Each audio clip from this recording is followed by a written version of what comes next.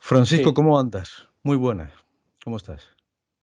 bueno, emocionalmente estoy muy tenso. Estaba Ya, anteriormente leyendo las noticias del volcán que nos ya. tienen me, me afectan de una manera particular, pero porque soy de los llanos, pero no he tenido afección directa, ¿no? Pero bueno, estoy... Y el duelo que llevo, Ya. se me mezcla Tienes, todo. ahora voy a contar un poquito más porque estoy hablando Sí, contigo. sí, Bueno, eres de los llanos, tienes amistades ahí, y nos está contando que estás afectado porque las amistades a muchas se les ha llevado la casa a la lava, ¿no? Eh, sí. Bien, vamos a ver, Francisco.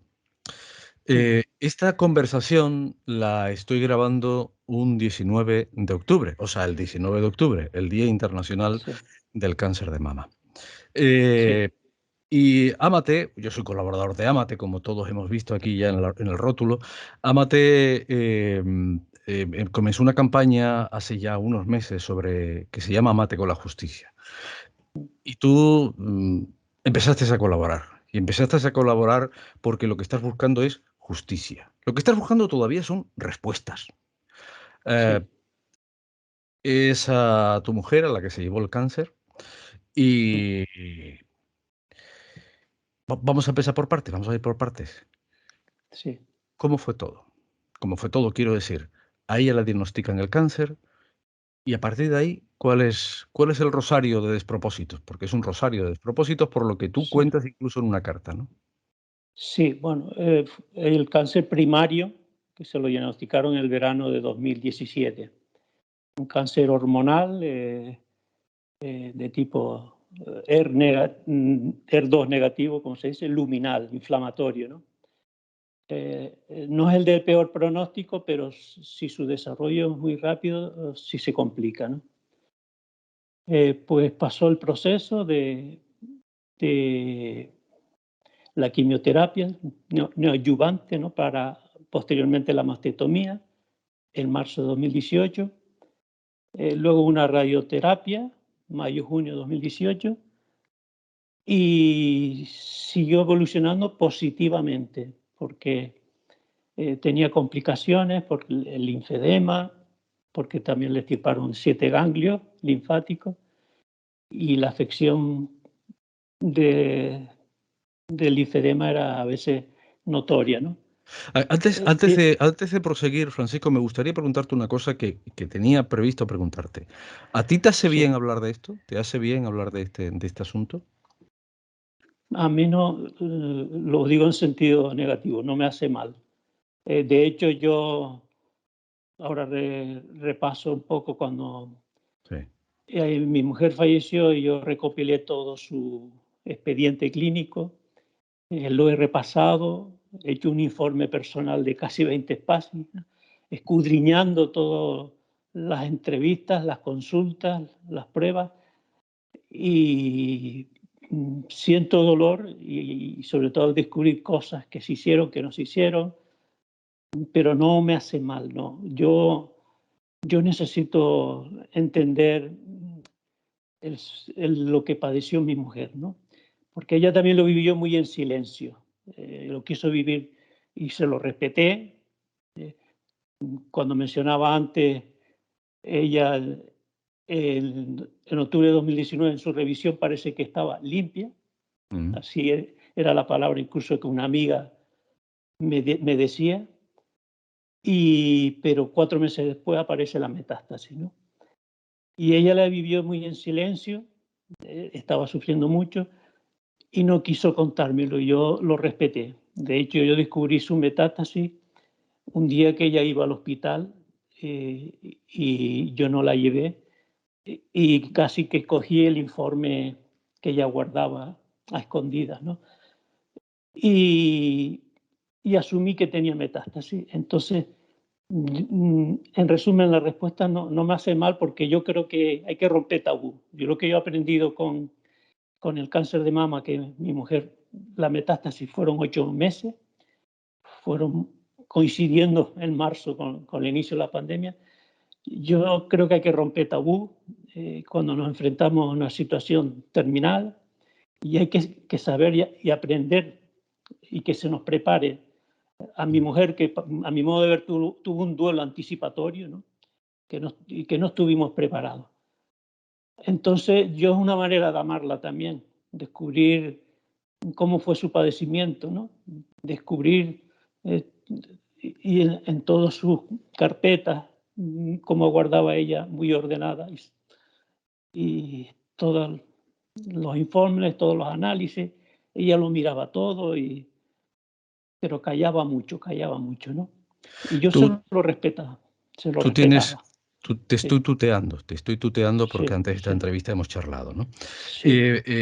Tú tienes un proyecto que es el que lleva el nombre de tu mujer. eh, Mm, mm, Somos Mercedes Gil Ramos. sí. Eh, y cuando vistes lo que puso en marcha Ámate, que ahora me dirás, si no sé si fue Ámate la que empieza con este proyecto de Ámate con la justicia en relación a la cantidad de casos que hay, no solamente de mala praxis médica, sino de gente que pierde el trabajo y que no sabe Sí. qué hacer y que se entera el Ah, patrón de que tiene cáncer de mama y allá tú con tu problema, ¿no? ujú, Entonces, tú decidiste hacer una aportación muy importante mm, y sobre todo para que no se perdiera la memoria de tu mujer, que no se pierda la memoria de tu mujer, por eso lo del sí, proyecto de Mercedes, ¿no? sí. Eh, ¿Qué fue? ¿Qué fue? A ver, igual descubrimos algo en esta entrevista. ¿El caso de Mercedes incitó a Amate a empezar con esta campaña o tú te animaste una vez después de ver que esta campaña se había iniciado? Pues mira, sinceramente no se lo pregunté nunca a la presidenta, Mari Carmen Bonfante, cuál fue la razón de esta campaña. Si detrás de ello estaba, porque ella ya conocía todo el proceso que yo había iniciado por negligencia o mala praxis. No sé exactamente porque no se lo pregunté, pero yo cuando descubrí la campaña lo entendí perfectamente y como acaba de comentar, Ujú. permíteme también el tuteo, pues eh, cuando se te dice que tienes cáncer de mama cambia el mundo, ¿no? Ya recientemente ha presentado un estudio donde la dificultad que entraña para muchas mujeres es incorporarse al mundo laboral, sobre todo si tiene estudios menos estudios y sobre todo si eres autónoma. Concretamente, no cito nombres indudablemente, pero mi mujer que se sentía muy cómoda con Amate, participaba mucho con Amate en todas las actividades, había quedado un núcleo, yo creo que eso es importante, ¿no? Entre las enfermas de cáncer de mama, un núcleo muy sólido de amistad de mujeres. Una de ellas, cuando fue a incorporarse a su trabajo, ese mismo día la despidieron, por ejemplo, ¿no? Ya. Otra estuvo mucho tiempo sin trabajar porque era autónoma. Entonces, yo entiendo que se necesita también el apoyo a las mujeres y entendí la campaña y en la parte que también toca, cuando descubres que ha habido mala praxis, diagnósticos tardíos, pruebas incompletas o que no se hacen las pruebas que se requerían. Ahora mismo AMAT está reivindicando precisamente que la mastectomía se está retrasando y todo esto está afectando al bolsillo de muchas mujeres que no tienen medios suficientes. Yo apoyé plenamente la campaña, pero casi que estuve hasta el último momento, di una cantidad importante que significó cumplir el objetivo, ¿no? Ese fue el motivo que me motivó, pero en el fondo quería ser público porque decía el crowdfunding de Amate, bueno, para los que donen una cantidad X, se le hará publicidad de su empresa en las redes. No era una empresa, Ujú. la aportación era personal. Entonces, en mi cabeza ha ido pululando el proyecto, la idea de que yo denomino Somos Mercedes Gil, pero está muy primigenio y de hecho emocionalmente me van pasando cosas, esto mismo, del drama de La Palma que me está golpeando, Ya. me hace todavía repensar el proyecto, pero el núcleo fundamental, en la idea primera de ese proyecto, es sobre todo entender que hay que situar en el tratamiento, los diagnósticos, hay que dar una mayor humanización a la salud y una mayor transparencia y justicia y empoderamiento a los pacientes, ¿no? Por eso, la Sí. respuesta, claro, ahora la pregunta era la siguiente porque debe haber mucha gente diciendo, pero ¿qué es lo que pasó con Mercedes, no? Y ya tú has ido, estás con tu respuesta vas adelantando un poco a poco, vamos intuyendo qué es lo que pasó con tu mujer, ¿no? Y además le ocurre en la pandemia, con lo cual tu mujer se va sin tu calor, se va sin tu compañía. Y tú no le haces compañía, porque claro, eso es lo que estás arrastrando. Y sobre todo, porque he leído una carta que tú le diriges a su doctora. No das nombres, Sí, es bastante no, exquisito, no, pero cuando lees la carta, ¡ay caramba! Eh, llegas a pensar cosas raras, ¿no? De la deshumanización de determinadas personas. ¿Cómo es posible? mm, ¿Qué te mm, encontraste? ¿Por qué todo esto? O sea, el proyecto, y ahora hablaremos un poquito más del proyecto, a ver qué tienes en la cabeza, ¿no? ¿Cómo quieres sí, que acabe esto o cómo quieres que continúe el proyecto de Mercedes? Pero ahora hablemos de otra cabeza, de la cabeza o de mm, lo que supuestamente tenía en la cabeza esa doctora para tú no sí, encontrar nada ahí. Encontraste un sí, vacío. ¿Y qué, cuéntalo tú? ¿Qué sí, significa ese sí. vacío? ¿Qué significó y sigue significando ese vacío? La falta de respuesta. Bueno, en primer lugar, cuando ya mi mujer empezó la primera línea de tratamiento falló. Eso fue muy nefasto porque fue en marzo, abril. Hubo ya retraso en aplicarle la segunda línea de tratamiento. Hubo una afección pleural que no le diagnosticaron en una consulta que hizo al hospital y tuvo que ingresar de urgencia 3 días después. Tuvo en la pleura un derrame pleural de más de 2 litros. Y 3 días antes había estado la oncóloga delante, ¿no? Ahí reconoció el no ver evidente que mi mujer se estaba asfixiando solo por la presión pleural. Yo, cuando ya mi mujer ingresa y le ponen el catete pleural y empieza la segunda línea de tratamiento, empieza una rutina de ir al hospital una vez por semana, 2 semanas, descansábamos una.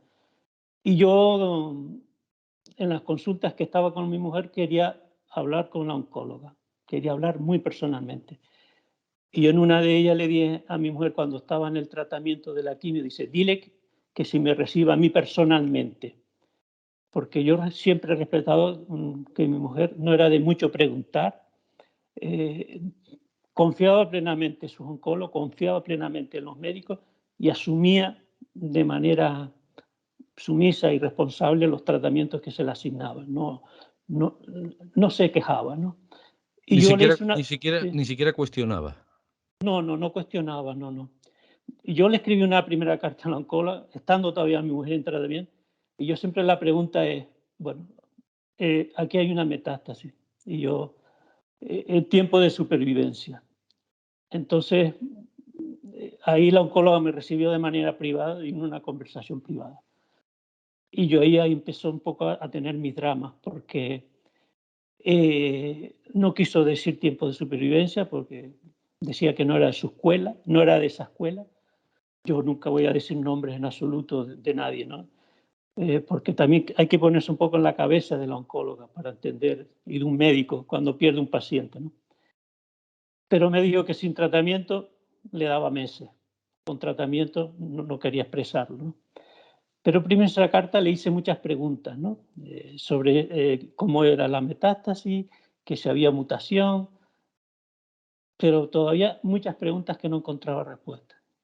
Que todavía, que con el tiempo me hago más preguntas porque aprendo. Dice que no es bueno que te empieces a leer más, pero a mí mi educación y mi formación me pedía eso, ¿no? Eh, yo la segunda carta que le escribí, una segunda carta es cuando ya mi mujer falleció, porque su final de vida fue muy precipitado.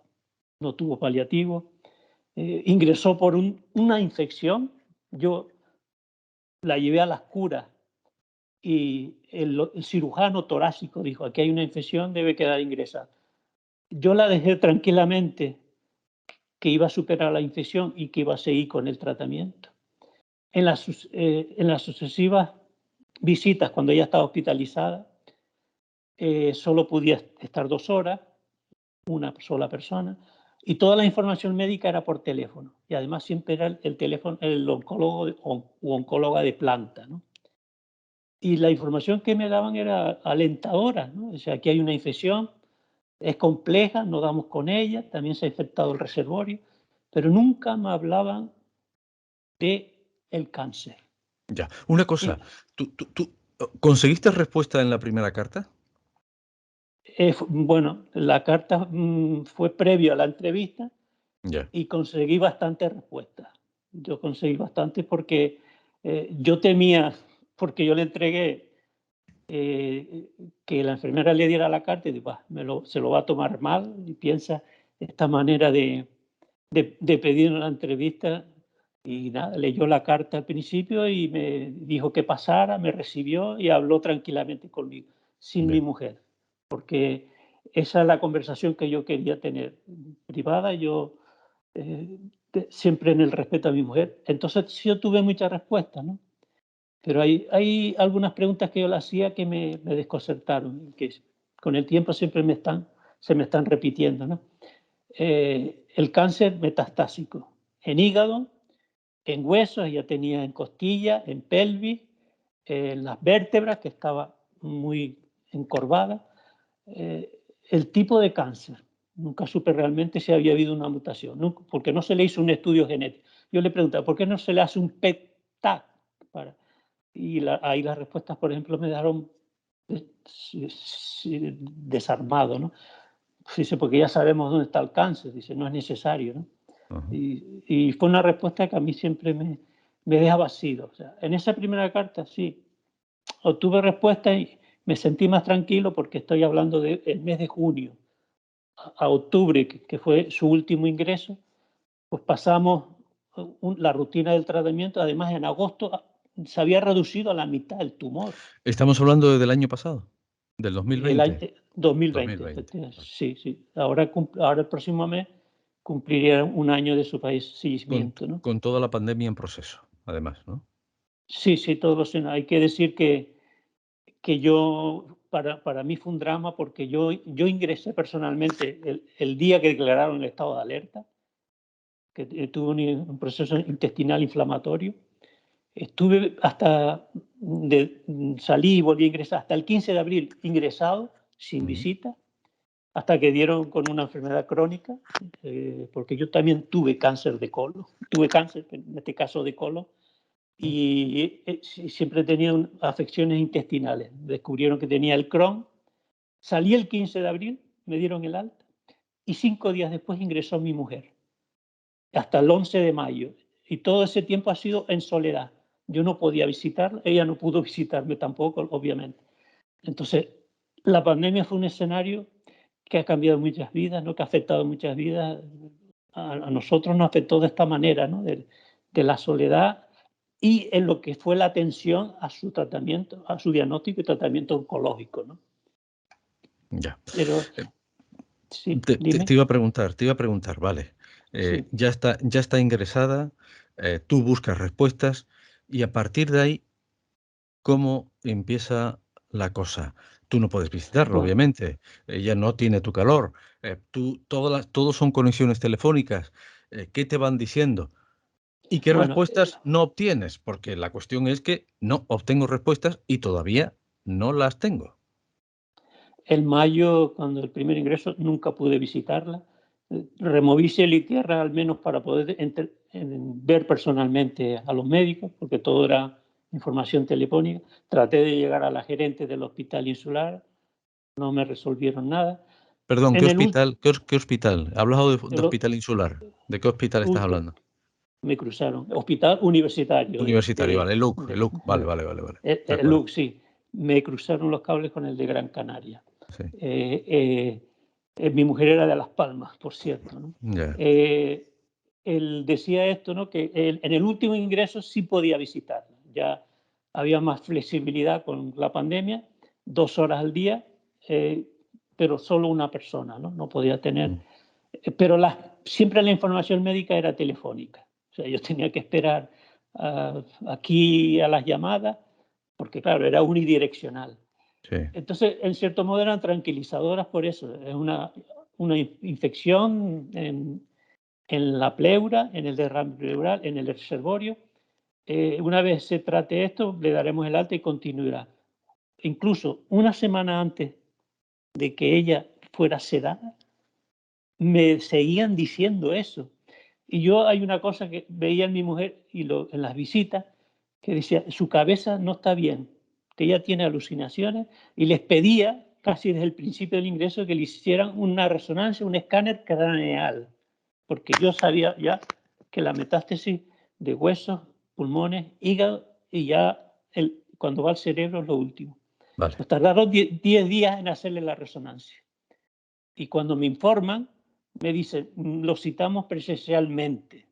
Yo sabía que ya me iban a dar un diagnóstico irreversible.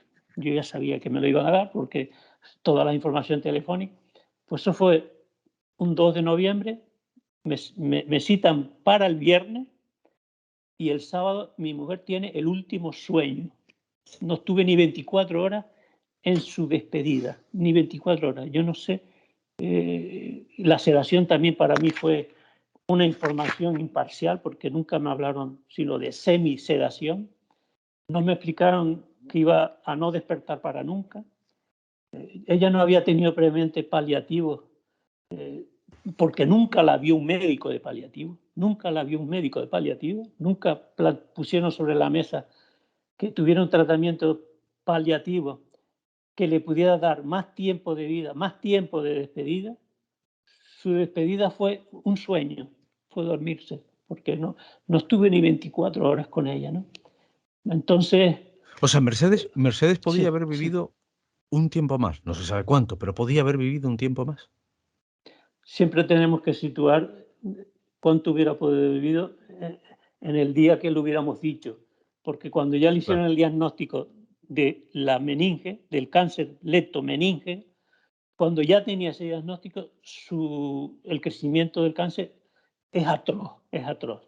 Te dejaba ciego, va perdiendo sensibilidad, es atroz. Yo entiendo, pero no me lo explicaron, es que eso lo aprendí yo leyendo, ¿no? Leyendo, informándome. No me explicaron con detalle hasta dónde iba a llegar, porque cuando me informan y descubren que tiene ya el tumor en el cerebro, mantenerlo mucho más tiempo con vida, descubro yo después que es un sufrimiento que se le añade a la persona. ¿Podía haber vivido más tiempo? Sí. Pero claro, eso a mí no le preguntaron, ni a ella, obviamente. Dice, sino ya a la sedar, dice, porque incluso cuando yo vi que cuando yo me asusté, dije, ya no va a despertar. Hasta me pregunta, ¿tú quieres que se despierte otra vez? Entonces un poco, casi que quería, ¿no?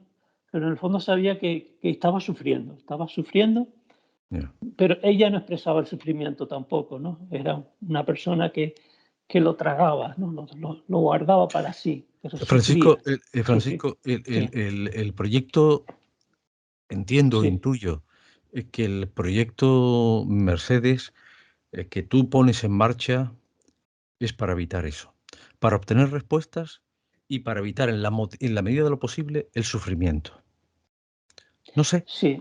no sé, se me ocurre Bueno, escuchándote. ¿Y cómo se logra vamos, eso? ¿Cómo lo logramos? ¿Con lucha civil, con movimiento? no hay que inventar mucho, precisamente, ¿no? Solo hay que...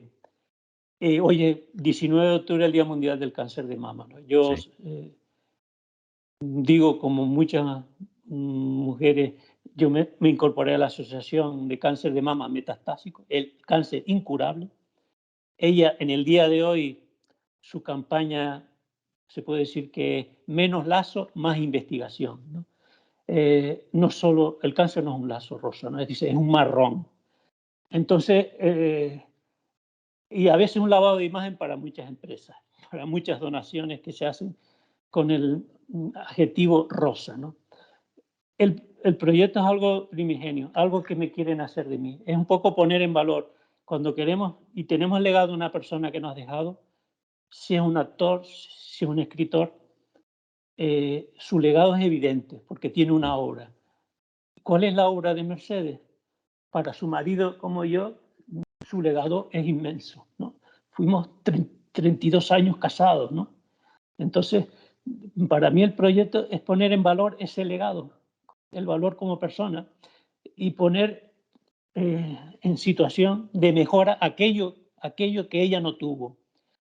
Y digo que no hay que inventar nada nuevo porque hay un proyecto que se llama Humanizar las Urgencias, que lidera el doctor Gabriel Hera, que además lanzó un libro que era En primera línea, con el motivo de la urgencia, donde habla de todo lo que hay que hacer. Él, sobre todo, es un proyecto enfocado en las urgencias, pero también en los enfermos terminales y sobre todo en los profesionales de la sanidad. Hay muchos profesionales, y yo después de hecho lo he ido aprendiendo, muchos oncólogos dicen, es que nunca nos enseñan para ser empáticos, para que el tratamiento oncológico tiene que ser más transversal. Entonces el proyecto quiere buscar más complicidades, ¿no? En sanitario, el médico, enfermeros, auxiliares, que saben que hay que cambiar esto, que hay que cambiar este paradigma un poco paciente, ¿no? Máquina, médico. El médico trata, diagnostica, trata, cura, no cura. O sea, un poco el concepto más arcaico, ¿no? de cómo se enfrenta la enfermedad. Y tenemos que darle mayor humanización. O sea, hay falta de psicooncólogos y de psicólogos clínicos en general. Entonces, para mí el proyecto es un poco trabajar. Sin embargo, en Canarias este proyecto todavía no está muy penetrado en la sanidad pública, ¿no? Hay que dar también a los hospitales una mayor sentirse mejor cuando se van las consultas. Yo también digo que no está inventado porque hay un proyecto americano, una asociación que se llama ePatient, la E de digital, ¿no?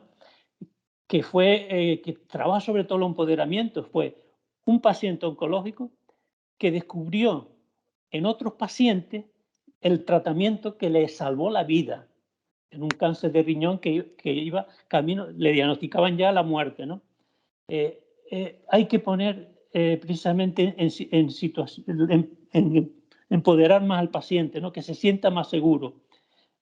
Ayudan mucho las asociaciones contra el cáncer, hacen mucho, pero yo creo que hay cosas que no hacen. Si no, no estarían proyectos como la humanización de UCI, ¿no? De la humanización de la urgencia.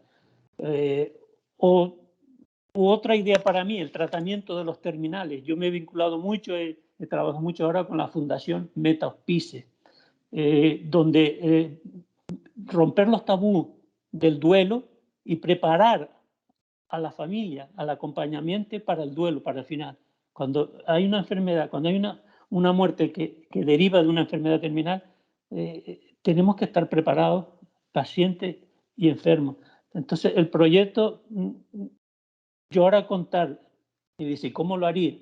Bien. No puedo tener ahora la varita mágica. Tengo un patrimonio ingente, un patrimonio que es mi mujer, incluso económico, porque su herencia, que me declaró heredero único, me permite y me hace pensar, ¿qué hago contigo? ¿Qué hago con tu patrimonio, Mercedes? ¿No?